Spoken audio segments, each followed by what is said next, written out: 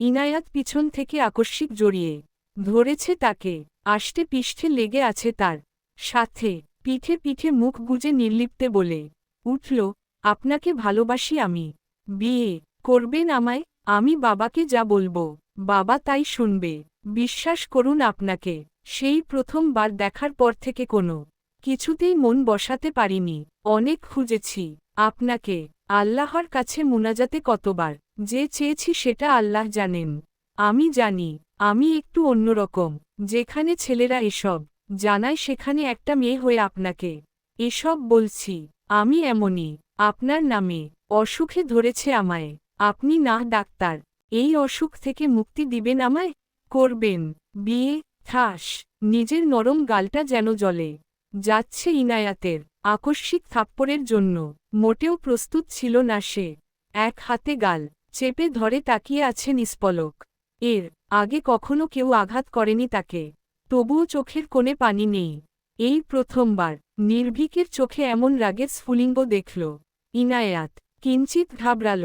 এর মাঝেই নির্ভীক বজ্র কণ্ঠে চেঁচিয়ে বলল, নির্লজ্জ মেয়ে, এসব বলতে লজ্জা করল না একবারও? কোন সাহসে আমাকে এভাবে স্পর্শ করেছ তুমি? আমায় চিনো? আমার সম্পর্কে কতটুকু জানো? আর একবার চোখের সামনে দেখলে একদম থাপড়িয়ে দাঁত ফেলে দিব তোমার মতো এমন সস্তা মেন্টালিটির 2 পয়সার মেয়ে হয়ে আমাকে এভাবে স্পর্শ করেছ কোন সাহসে? এখানে আসাটাই ভুল হয়েছে আমার। বের হও এখান থেকে, আউট। ইভানকে জানাচ্ছি আমি তোমার বিষয়ে। বলবো দ্রুত বিয়ে দিয়ে শ্বশুর বাড়ি পাঠাতে। শহরে থেকে বেশি পেকে গেছ, বেয়াদব। ইনায়াত আর দাঁড়িয়ে থাকতে পারল না। চোখের কোণে জমে থাকা অশ্রু মুহূর্তেই গড়িয়ে পড়ল গাল বেয়ে। বুকের ভেতর জমে থাকা অভিমান আর অপমানের তীব্রতা একসাথে ফেটে পড়ল কান্নায়। এক মুহূর্তও না দাঁড়িয়ে দরজা ঠেলে বাইরে বেরিয়ে এলো সে। সিঁড়ি দিয়ে নিচে নামতে নামতে কাঁপছিল তার শরীর। এতটা অপমান, এতটা অসম্মান, যেখানে সবসময় ছেলেদের ফিরিয়ে দিয়েছে দিনের পর দিন, সেখানে আজ নিজেই প্রত্যাখ্যাত হল। নিজের অহংকারের এত বড় পরাজয় ইনায়াত জীবনে কখনো অনুভব করেনি। গভীর রাত, পুরো বাড়ি তখন ঘুমে আচ্ছন্ন, কিন্তু নিচতলার একটি ঘরে তখনও আলো জ্বলছে। মিনু বেগম, বাড়ির প্রবীণতম সদস্য। সাধারণত রাতের এই সময় তিনি ঘুমিয়ে থাকেন, কিন্তু আজ তৃষ্ণায় ঘুম ভেঙে গিয়েছিল। পানি খেতে এসে ইনায়াতকে এভাবে অচেনা একটা ছেলের রুমে ঢুকতে দেখে আর পেতে সবটাই শুনেছেন তিনি। সিঁড়ির মাথায় অস্থির পায়ে নেমে যাচ্ছে ইনায়াত। কাঁপতে থাকা মেয়েটির মুখটা ভালো করে দেখার জন্য চোখের চশমাটা নাকের উপর একটু ঠিক করে নিলেন। এতক্ষণ ধরে সবটাই শুনেছেন মিনু বেগম। কপালে ভাঁজ পড়ল মিনু বেগমের। সন্দেহের কালো মেঘ জমতে লাগল মনে। এক মুহূর্তের জন্য অপেক্ষা করলেন না আর। ধীর পায়ে অথচ এগিয়ে গেলেন পাশের রুমের দিকে। দরজার সামনে দাঁড়িয়ে গভীর শ্বাস নিয়ে শক্ত কণ্ঠে দরজায় ঠক ঠক শব্দ তুললেন। এই ঘটনা যে আজ রাতেই একটা পরিণতির দিকে যাবে সেটা তিনি নিশ্চিত। ইনায়াতের বিয়ে ঠিক করাই হবে সবচেয়ে সঠিক সমাধান। মেয়েটা নষ্ট হয়ে গেছে। মধ্য রাতে পরপুরুষের রুমে গিয়ে ভালোবাসার কথা বলে থাপ্পড় খেয়ে আসে ছেলেটাকে সে এতদিন মিছে সন্দেহ করে গেছে। জমিদার বাড়ি জুড়ে আজ উৎসবের আমেজ। বাড়ির ছোট মেয়ের বিয়ে বলে কথা। গোটা বাড়িতে অনুষ্ঠানের আয়োজনে মুখর, সবার মুখে ব্যস্ততার ছাপ। একদম আকস্মিকভাবে বিয়ের আয়োজন, তাই আত্মীয় স্বজন, পাড়া প্রতিবেশী সবাই হতভম্ব। মাত্র আজ সকালেই পাত্রপক্ষ এসে ইনায়াতকে দেখে গেছে। পাত্র তার বাবার বন্ধুর ছেলে, পাশের গ্রামেই বাড়ি। বংশ মর্যাদায় তাদের অবস্থান আরও উঁচু। ছেলে ইঞ্জিনিয়ার, কানাডায় থাকে। ঈদের ছুটিতে দেশে ফিরেছে। গতকাল রাতে হান্নান শেখ যখন মায়ের কাছ থেকে মেয়ের এমন কথা শুনেছিলেন তখনই তিনি চূড়ান্ত সিদ্ধান্ত নেন বিয়ের ব্যাপারে। অবশ্য তার আগে তিনি মেয়ের মতামত নিয়েছেন। ইনায়াত দীর্ঘশ্বাস ফেলে সম্মতি দিয়েছিল, তবে শর্ত একটাই, বিয়ে আজই হবে। হান্নান শেখ একটুও দ্বিধা করেননি, বরং তিনি খুশিই হয়েছেন। তার বন্ধু বহু আগে থেকেই ছেলের জন্য ইনায়াতকে পছন্দ করে রেখেছিলেন। শুধু হান্নান শেখের মতামতের অপেক্ষায় ছিলেন এতদিন। বাড়ির বড় ছেলে ইভান ব্যস্ত বোনের বিয়ের আয়োজন সামলাতে। তার আজ সকালেই শহরে চলে যাওয়ার কথা থাকলেও বোনের আকস্মিক বিয়ের খবর শুনে সেও আটকে গেছে বাড়িতে।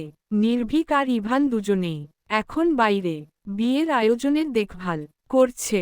ঘরোয়া পরিসরে বিয়েটা হলেও অতিথিদের বসার জন্য ছোটখাটো প্যান্ডেল সাজানো হচ্ছে।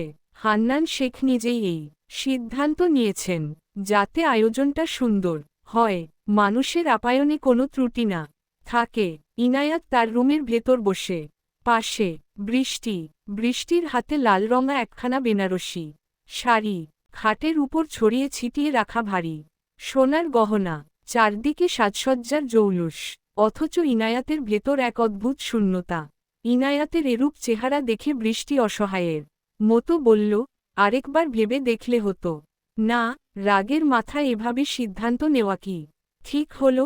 আমার এই গালে থাপ্পড় মেরেছে জানিস, মুখের উপর না বলে দিয়েছে সোজা। আমি কি দেখতে খারাপ? কি নেই আমার? ভালোবেসেছি বলে এত অবহেলা করবে? তাই বলে হুট করে বিয়েতে রাজি হয়ে যাবি? বড় আব্বুকে বললে তিনি বুঝবেন। ভেবে দেখ আরেকবার, পরে না আবার আফসোস করতে হয় তোর। কি বলবো? একজনকে ভালোবেসে ভালোবাসার কথা বলেছি আর তার বিনিময়ে গালে থাপ্পড় খেয়েছি। এটা আহা, সেসব বলছি না। বলবি যে বিয়েটা কিছুদিন পরে করতে চাস। সামনে ইয়ার ফাইনাল। এই সময় ইনায়াত তার কথার মাঝেই থামিয়ে দেয়। তুই জানিস না আমাদের বাড়ির নিয়ম? একবার বিয়ের কথা পাকাপাকি হলে সেটা হবেই, যে কোনো মূল্যেই হোক। তাই এখন আর না করার কোনো উপায় নেই। তাই বলে এভাবে হার মেনে নিবি? এবার আর নিজেকে ধরে রাখতে পারল না ইনায়াত, কান্নায় ভেঙে পড়ল রাগের মাথায়। হ্যাঁ, বলে দেওয়া ঠিক হয়েছে কি না সেটা নিয়েই এখন তার মনের মধ্যে ভয়ানক যুদ্ধ চলছে। কিভাবে সে বিয়ের আসরে বসে অন্য একজনের নামের কবুল বলবে? কান্না মুছে জানালার দিকে এগিয়ে গেল ইনায়াত। জানালার ফাঁক দিয়ে নিচে তাকিয়ে দেখল লোকটা নির্বিকার ভঙ্গিতে ইভানের সঙ্গে দাঁড়িয়ে সমস্ত কিছু তদারকি করছে, যেন কিছুই হয়নি। এই বিয়ে নিয়ে যে তার মধ্যে কোনো ভাবান্তর নেই দেখেই বোঝা যায়।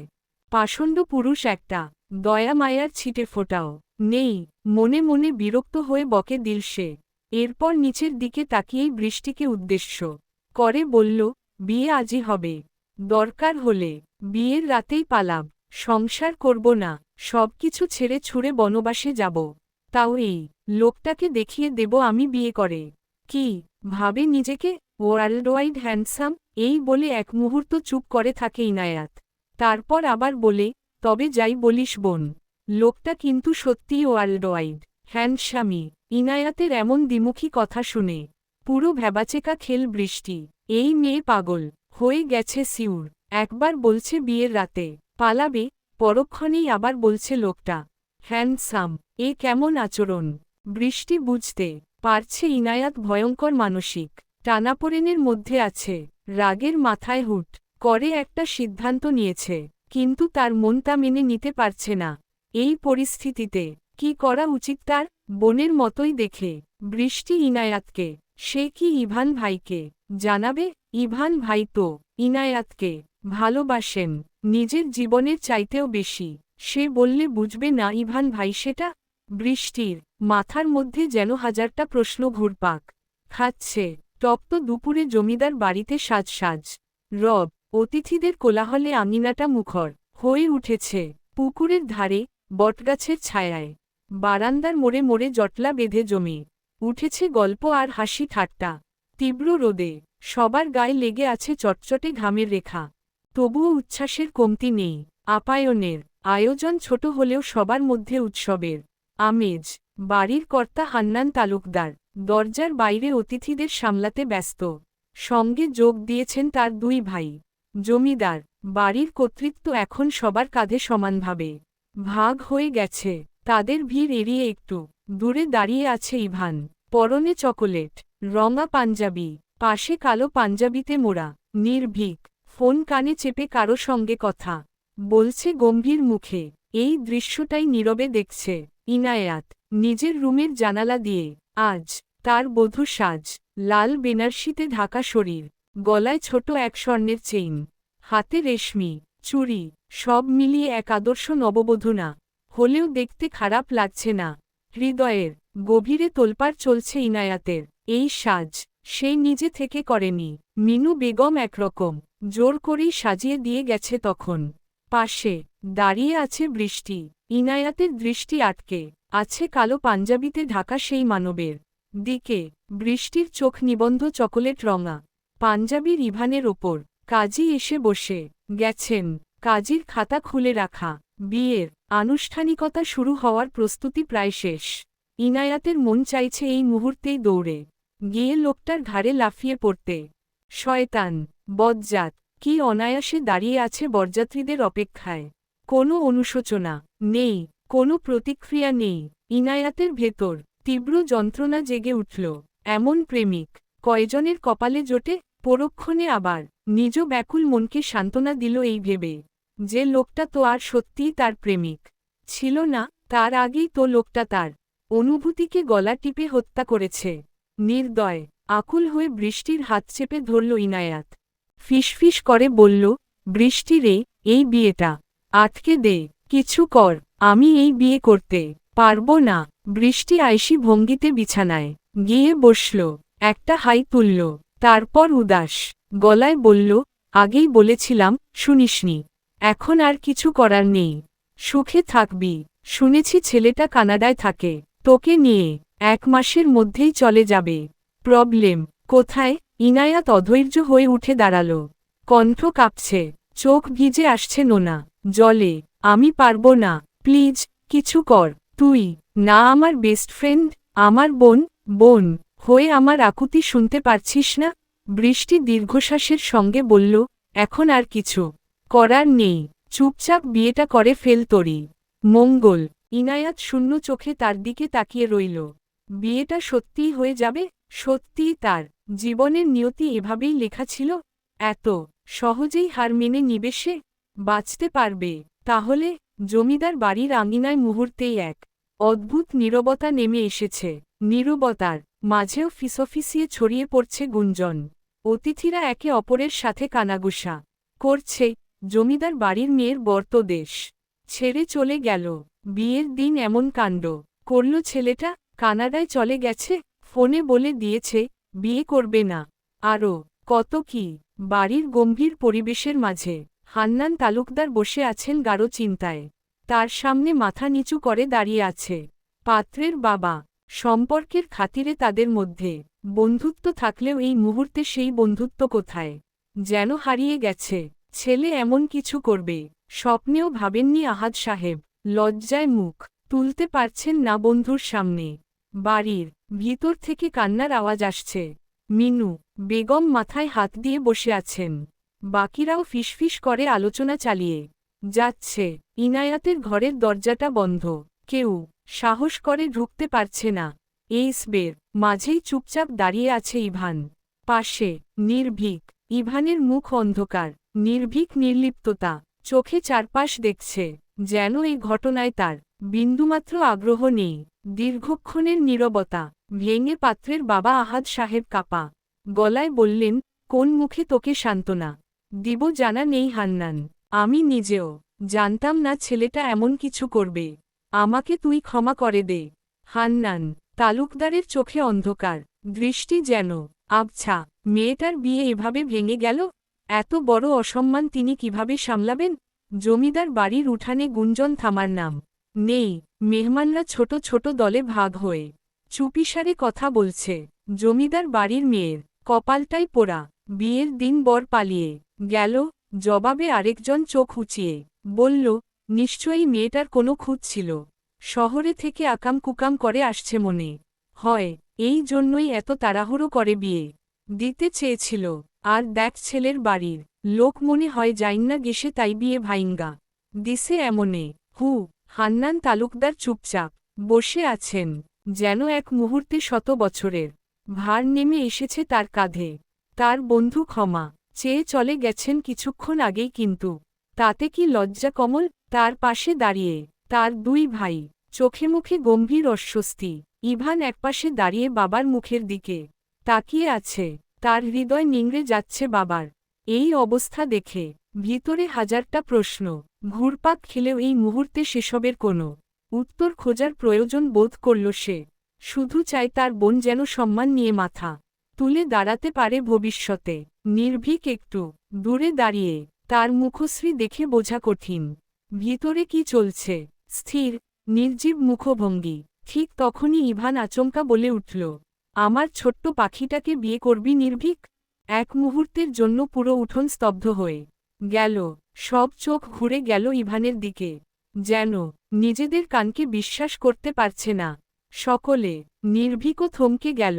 বন্ধুর মুখে এমন প্রশ্ন শুনে বিস্ময়ের ছাপ স্পষ্ট হল তার মুখে। আমাদের গ্রামে মেয়েদের বিয়ে ভেঙে যাওয়া মানে সারা জীবনের জন্য কলঙ্ক। আমার বোনটা ছোট, এমন একটা কলঙ্ক ভাই হয়ে তার গায়ে কিভাবে লাগতে দেই বল? নির্ভীক চুপ করে দাঁড়িয়ে, মুখের আদল স্বাভাবিক। এর মাঝেই উঠোনের নীরবতা মুহূর্তেই ভেঙে দিল আরমান তালুকদার। কড়া গলায় বললেন, এসব কি বলছিস তুই ইভান? ও তো আমাদের বাড়ির তারা চিহ্ন মেহমান। মাথা ঠিক আছে তোর? বাড়ির অন্যরাও ফিসফিস করতে লাগল। পরিস্থিতি যেন আরও জটিল হয়ে উঠছে। হান্নান তালুকদার এতক্ষণ চুপচাপ থাকলেও এবার তিনি মুখ খুললেন, ইভান, এসব বলার সময় এটা না। মাথা ঠান্ডা কর। আর নির্ভীক আমাদের মেহমান, ওকে এভাবে বিয়ের কথা বলছিস কোন আকলে তুই? ইভান একটুও পিছু হাঁটল না। সে এক পা এগিয়ে এসে দাঁড়ালো চাচার নিকট। দৃঢ় কণ্ঠে বলল, আমার মাথা একদম ঠিক আছে চাচ্চু। আমি সব ভেবেচিন্তেই বলছি। নির্ভীকের চেয়ে যোগ্য পাত্র আমাদের ইনুর জন্য তোমরা খুঁজে পাবে না। ইভানের এহেন কথায় পুরো বাড়ি যেন থমকে রইল। সবার দৃষ্টি এবার নির্ভীকের দিকে নিবন্ধ, যে এখনও সোজা চুপচাপ দাঁড়িয়ে, মুখে নেই কোনো স্পষ্ট অভিব্যক্তি। আকস্মিক সবাইকে অবাক করে দিয়ে বলে উঠল, আমি রাজি আঙ্কেল। এই দুই শব্দেই পুরো উঠোনে যেন নতুন এক বিস্ফোরণ ঘটল। সবাই হতবাক। এর মাঝেই নির্ভীক পুনরায় বলতে লাগল, আপনাদের বাড়িতে আমি মেহমান হয়ে এসেছিলাম। আপনাদের ব্যবহার অতিথিয়তায় আমি মুগ্ধ। ইভান শুধু আমার বন্ধু নয়, ভাইয়ের মতো। ওর অনুরোধ আমি ফেলতে পারবো না কখনোই। এই বিয়েতে আমার কোনো সমস্যা নেই যদি আপনারা সেটা সঠিক মনে করেন। তাহলে হান্নান তালুকদার কিছুক্ষণ চুপ, তারপর গম্ভীর গলায় বললেন, কিন্তু তোমার বাবা মা, ওনারা কি এ বিয়ে মেনে নেবেন? আমি বাবা মায়ের একমাত্র সন্তান। বাবা আমার কথাকে কখনো অমান্য করেননি। আমি বাবাকে আসতে বলছি। উনি এলেই না হয় আপনারা কথা বলে নিবেন। আমার মনে হয় না এতে আমার বাবার কোনো অমত থাকবে। চারপাশের মানুষজন অবাক হয়ে একে অপরের দিকে তাকাচ্ছে। এত বড় একটা বিপর্যয়ের মাঝে মুহূর্তের মধ্যেই এমন একটা মোড় চলে আসবে এ যেন কল্পনার বাইরে। হান্নান তালুকদারের মুখে এবার কিছুটা প্রশান্তির ছাপ ফুটে উঠল। তিনি দীর্ঘশ্বাস ফেলে বললেন, ঠিক আছে, তোমার বাবার সম্মতি দরকার। উনি আসলেই আমরা আয়োজন শুরু করব। ইভানের মুখে এক প্রশান্তির হাসি, চোখের গহীনে এক অজানা অনুভূতির ঝলক। যাক, সে তো চেয়েছিল বিয়েটা আটকাতে। আজ সকালেই তো বৃষ্টি তাকে জানালো সমস্ত কিছু, যা শুনে প্রথমে বেশ আশ্চর্য হয়েছিল ইভান। পরক্ষণে মনে হলো তার বোনটা এবার একটা কাজের কাজ করেছে। ছেলে চিনতে ভুল করেনি তার বোন। পাত্র হিসাবে নির্ভীক এর থেকে ভালো পাত্র আর খুঁজে পাবে কোথায় তারা? তবে তার বাবাকেও খুব ভালো করেই চিনে ইভান। প্রেম ভালোবাসা এসবে বিশ্বাস করেন না তিনি।